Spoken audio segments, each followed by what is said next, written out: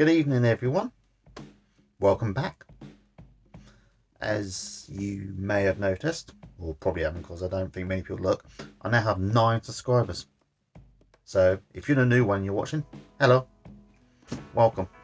Hope you'll stay with me on this journey. My last video has managed to accrue 6 views in 13 hours, which is freaking amazing. Considering the previous 2, which were done at the early part of this week, have got 0. Amazing. YouTube never fails to amaze me sometimes. Really doesn't. Also, what do you think of the music I got playing? I thought I'd go for something that might help. Unless you can't hear any music, in which case it means I forgot to put it on. Well, I'm pretty certain I won't. Anyway, I wanted to talk about something a bit more serious tonight, which is my dating life. Fun fact, I've never had a proper relationship. All my relationships have been long distance. Yep, that's right, you heard me right. They've all been long distance. Really, well, there are many reasons why, but I think really it comes down to the fact that I do not trust myself in a proper relationship, or rather, I don't trust someone close by to be with me for a long time and not get bored of me or want to break up with me. Because I've come to realise that, I've come to realise that I'm incredibly awkward and weird. I'm not normal, essentially, and I hate that in a sense. Well, it's who I am, but I don't always like who I am, I will admit now. But I'm stuck with me, so what can I do? No. I'm going to tell a little story about my first relationship. It was an absolute freaking disaster. Brought on, really caused by me, really.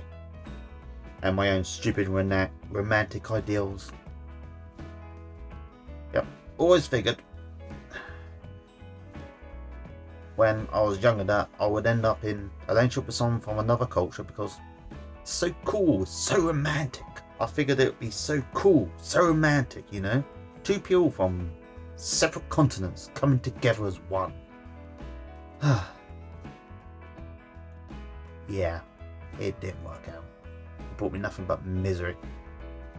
The problem is that we was completely different from each other. And I mean complete opposites. Really what got us together was circumstance and a bit of attraction to each other. I mean, I don't really know what her thought process was, because, you know, I can't read minds. However,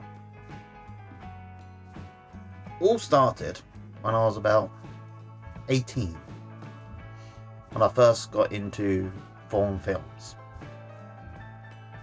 particularly films from East Asia. When I had my first girlfriend, I was about 21 I think. This was my first actual girlfriend. I mean, I had one date before that with someone I met on a dating site. They contacted me, we both lived in the same town. We went on a date, we went on 2 or 3 I think. Then they sent me a message saying that they didn't want to see me anymore. I mean, they sent me a message saying I'm normal. They sent me a message really. It's a bit heartfelt thinking about it, but I didn't know what to say. So I just read the message and just left it at that.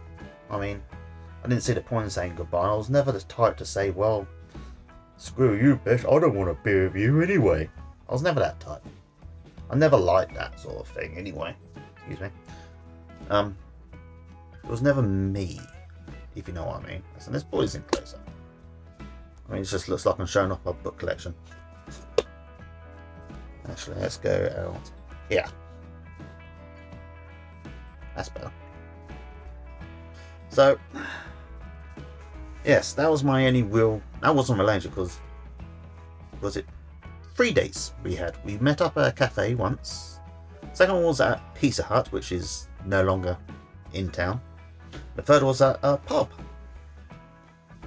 I forget what it was called at the time. I forget what it's called now either, but it's the one next to Morrison's in Worthing.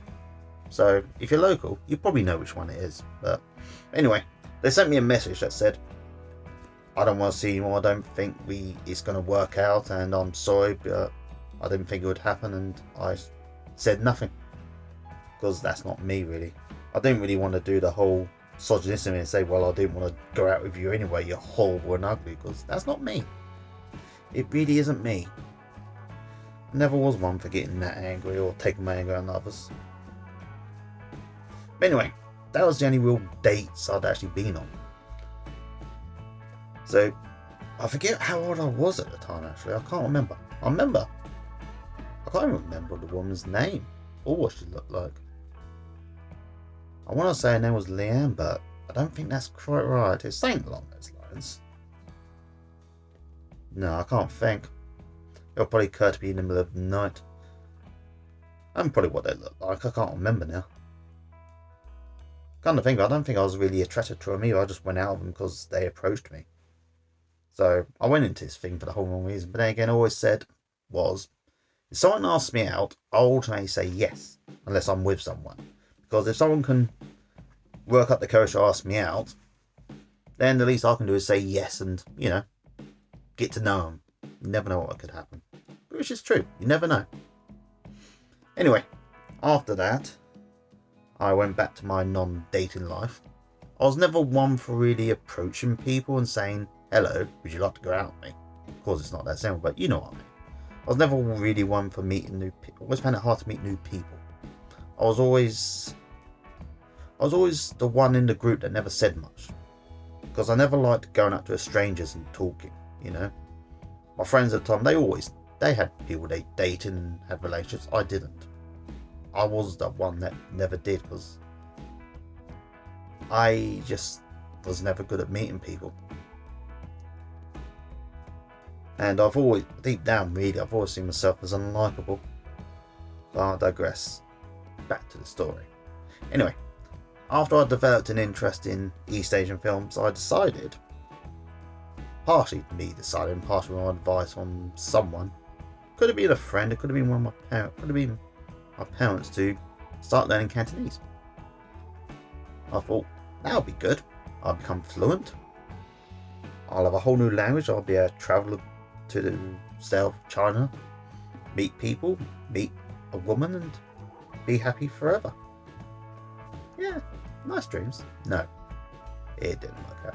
Anyway, I paid a student from the university who was studying at Chichester at the time to teach me for £5 an hour. And this should have been the first real red flag that this whole dream wasn't going to work out, because I was terrible. I am terrible at learning languages. My brain just can't do it. And they were very patient with me, I'll give them that. They were very patient with me and they tried their best with me. But I could see they were getting very exasperated with my futile efforts. I really cared. I mean, I put it to the side and said, nope, I'm going to do this. But my brain, the old noggin, said, no, we're not going to do this. It does what it always does when I try to bet myself. It decides to do other things. Anyway, it was a good year. I felt I'd done better. I felt I was getting better at it. I mean, they didn't say otherwise, but I knew deep down they weren't too confident about my abilities. Anyway, we met up about 2 years later. Was it 1 year? Maybe 18 months. Anyway, between 1 year and 2 years after that time we parted, we met up. And they stayed with me in my home with my family for a bit. For 2 weeks, and within 1 week we were dated. Yes. It was a nice week. I was heartbroken when she went back home, as one would be. My parents weren't overly supportive, being honest. But that was due to other things at the time. They became more supportive as time went on, but they didn't like her, essentially, because she made me miserable. At the time, I didn't see this, but I see it now. But the truth is, she did make me miserable. The relationship was an absolute disaster because we were so different. We had barely anything in common. Our mindsets on everything was completely different. It's like this woman, who I will not name, was a go-getter. One of life's go-getters. Intelligent, confident, and they were driven. They functioned. They were a functioning human. They were a highly functioning human being, to put it nicely. Let's put it this way. She was the sort of person that if you told her she was stupid, she would work twice as hard to prove to you that she was not stupid. Whereas I am the sort of person, if you call me stupid, I'll say, you're right, I am stupid, and I'll just get depressed for a bit. And that was really where our relationship faltered. Because she thought that if she called me stupid, then I would work twice as hard to become smarter. But I don't work like that. You call me an idiot, I get depressed and I feel sorry for myself. And all my efforts to make myself better will be for naught. And that is how the relationship went. I'd do something, we'd disagree on something, I'd get called, "Why are you so stupid?" they would say to me. Even my little brother knows this thing that I didn't know. I mean, sometimes it was deserved, other times it wasn't. But eventually they got tired of me. They broke up with me. This is the part that really hurt me. One day we were talking on the phone and she said, "I have to confess something to you. I used you. I wanted to know what it was like to have a boyfriend. And I didn't love you. I love you now. But at the time I didn't. I just used you because I wanted to know what it was like to have a boyfriend." And that killed a part of me inside of me. And I think about that a lot now. Because it's very movie-like, that phrase. I didn't love you, but now I do. Because I remember seeing this film years ago. I can't remember what it was called, but Jason Alexander was in it. And he met this woman who he thought liked him, and she basically used him for this psychology presentation she was doing at university. But then she fell in love with him anyway. And he got quite angry, as someone would, for being used. But he had to take it back in the end because everyone in this little town he lived in hated him for this. They were like, "You met a good woman. How dare you not be with her?" It's quite a depressing film thinking about it. I mean, it's touted as a romantic comedy, but it wasn't. It was depressing. I mean, but they were happy, you know. Fairy tale endings moves up. But thinking about it, that is what I think about now every time I think of that line. I just want to know what it's like to have a boyfriend, but I love you now. Still hurts. Still haunts me sometimes, that does. And it does make me wonder if any relationship I've been in has been genuine. Well, all three of them. Because that's all there's been. In time I'll tell you about the other two, but not today. Anyway, we kind of stayed on and off contact as friends and talking, and she suggested I could come visit her one day and we'd be sex buddies for a bit. That was where I that phrase, sex buddies. Although we weren't actually having sex. Well, we were intimate and we'd done stuff, but never went all the way. Deep down I know now that it's because she never truly loved me. Which you can't blame her for. I mean, you can't force yourself to love someone. You shouldn't do something with someone if you don't feel comfortable. I mean, at the time I didn't think like this, but looking back, I do. I'm going to bring this camera in a bit and feel this selfie stick sticking to my stomach. That's better. Anyway, as I was saying, you can't fault someone for wanting what they want in life. What she wanted was someone on her level of success, intelligence, someone with her similar worldview, which I didn't have. I mean, I was quite liberal, she was conservative. All that sort of thing, you know? Which is not a bad thing, I suppose. You are who you are in this world. And you shouldn't judge people for being different or having different mindsets, because sometimes it's part of who they are, and sometimes it's something they've arrived at due to the circumstance of their own life. And I think we are shaped by the lives we lead. We come to different conclusions from the journey, but it's ultimately shaped by the lives we lead. But anyway, we kept in on and off contact for, actually we still kind of contact each other now. Actually, we're still friends on Facebook. I mean, we've both matured immensely. Yeah, so we still talk. We are friends now, I'd say. It's a nice friendship. We call each other, we contact each other now and again. Not much, but just enough. Funny enough though, they did contact about 3-4 years ago. They told me they regretted everything that happened with our relationship and that I was their soulmate. I was flattered, but I had trouble believing it. I think in her own way she meant it. Because we used to talk about relationships sometimes, and her boyfriend at the time was an idiot. Apparently he used to send her chocolates, and she didn't like chocolate.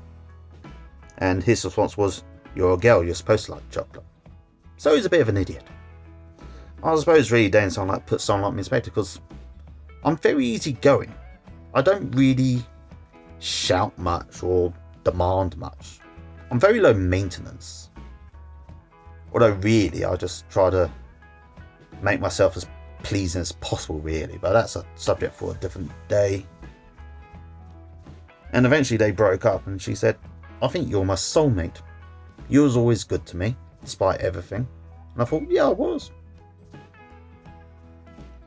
And I didn't have the heart to tell I wasn't really interested, because, I am interested. I'd be lying if I said I wasn't interested, but I understand that we were totally different from each other, and that no shape would have ever worked between us. I didn't have to tell her that, so we kind of, and also I should have said it really, but we kept talking and we discussed things, and conversations were nice, but they just confirmed what I knew to be true. I mean, the fact was, she was lonely. She just wanted someone to be with, which I can't blame her for. Because I remember one time we were talking, I said, "You're better off being by yourself than you are being miserable with someone else." And I got told that was wrong. You should always be with someone because it's lonely not to be with someone. It's not something I really understand, because I'm one of those, I'd rather be miserable by myself than miserable with someone else. I'm certain that does make sense. But to carry on the conversation, that I realised I was right. We had nothing in common. And then one day they said to me, "I've met someone who's nice to me." And I said, "Congratulations, I hope you're happy," and I truly hope they are happy. I don't think they are. Because it just reminded me of this one time relationship. She said to me, this is back when we were dating and being intimate, she said, "I don't want to do this, but I want to make you happy." And that really should have rung alarm bells to me. Because we carried on. Because I got annoyed for a little bit, but then I ended up apologising 1 hour later, and I said, "Well, if that's what you want, that's what you want. I should not judge you for that." I should have ended the relationship there and then. Really, because they had issues. Looking back, they had a lot of issues. They're not watching this, by the way, because I've not told anyone I know about. Actually, one person I know knows about this. And if you are watching, you know who you are. Hello. Hope you're well. But I realised that they have issues, and it just showed our stark differences. Because call me old-fashioned, but I want a partner who says, "I want to be with you." I want to be intimate with you, and I'm not just doing this to make you happy. Is that greedy? Is it greedy to want someone who wants to be intimate with me because, you know, they love me and all that? It's not just some ritual they put up with to keep me happy. Anyway, I know it's weird to talk about exes and to think about them, because I do think about this world.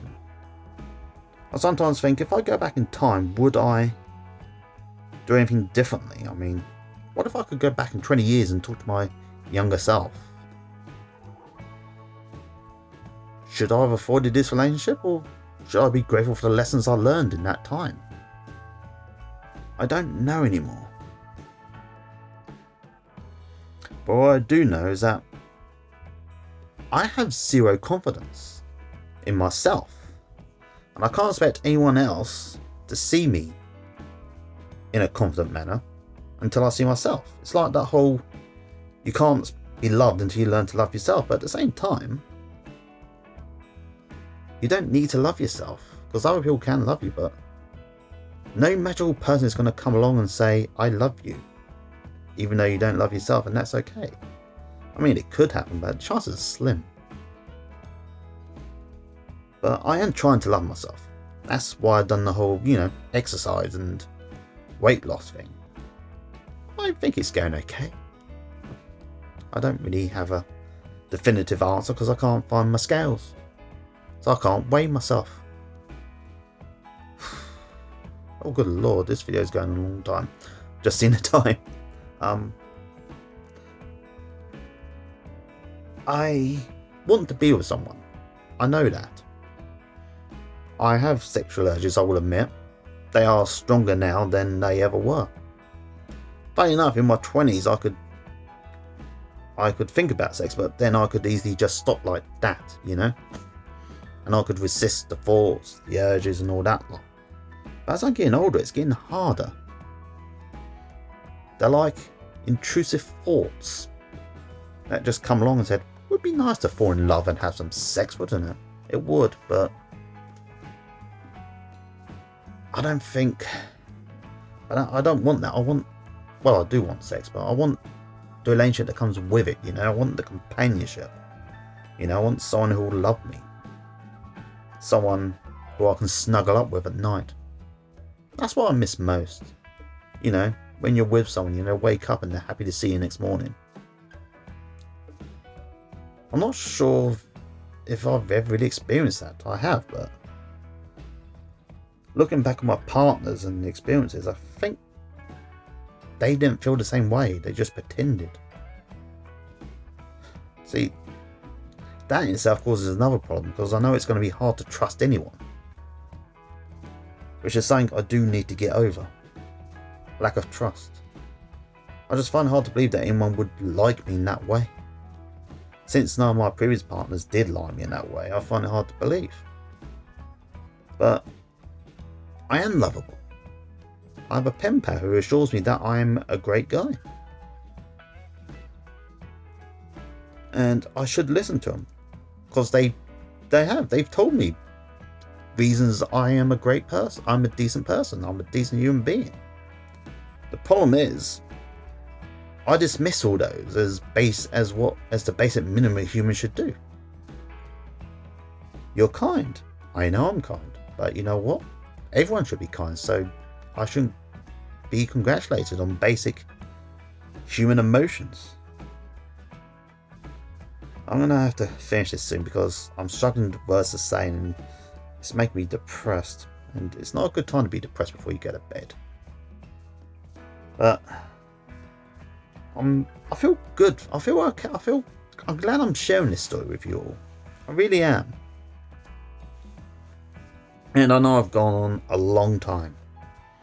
And if you have stuck through to the end, then thank you for sticking with me, and bloody well done too. You deserve a medal. Give yourself a cookie. Treat yourself. Actually, if you're watching this right now still, treat yourself to something. Treat yourself to something that you enjoy. And if you've done it all in one sitting, then treat yourself to 2 things that you love and enjoy. You like cookies? Have one. I personally favour the chocolate oatie. I have some in a biscuit tin in another room. I'm not going to have one now because it's late at night and I'm trying to lose weight. But I will do tomorrow. I'm going to treat myself to one tomorrow morning when I wake up. That'll be nice. For making this video and talking about it, because how do I put this? I feel good in a way. I feel good and bad at the same time. I feel bad thinking about these things, but at the same time, it's good to get these things off my chest. It's good to get them out in the open. Because deep down, I know I'm not the only one who thinks like this, or feels like this. And I hope that if there is someone who feels this way and understands, I hope you understand that, just like me, you are lovable. Even if you think you're not, you are. I'm lovable. I am lovable. And so are you. You. That's right, you, the viewer. Right, I'm going to end this now because I'm out of words and I'm going to keep... There's going to be too many silences, so I'm going to finish this now. If you are watching still, thank you. Thank you for sticking with me. Thank you for joining me on my journey. And until next time, I'm James and I'll be seeing you. Bye.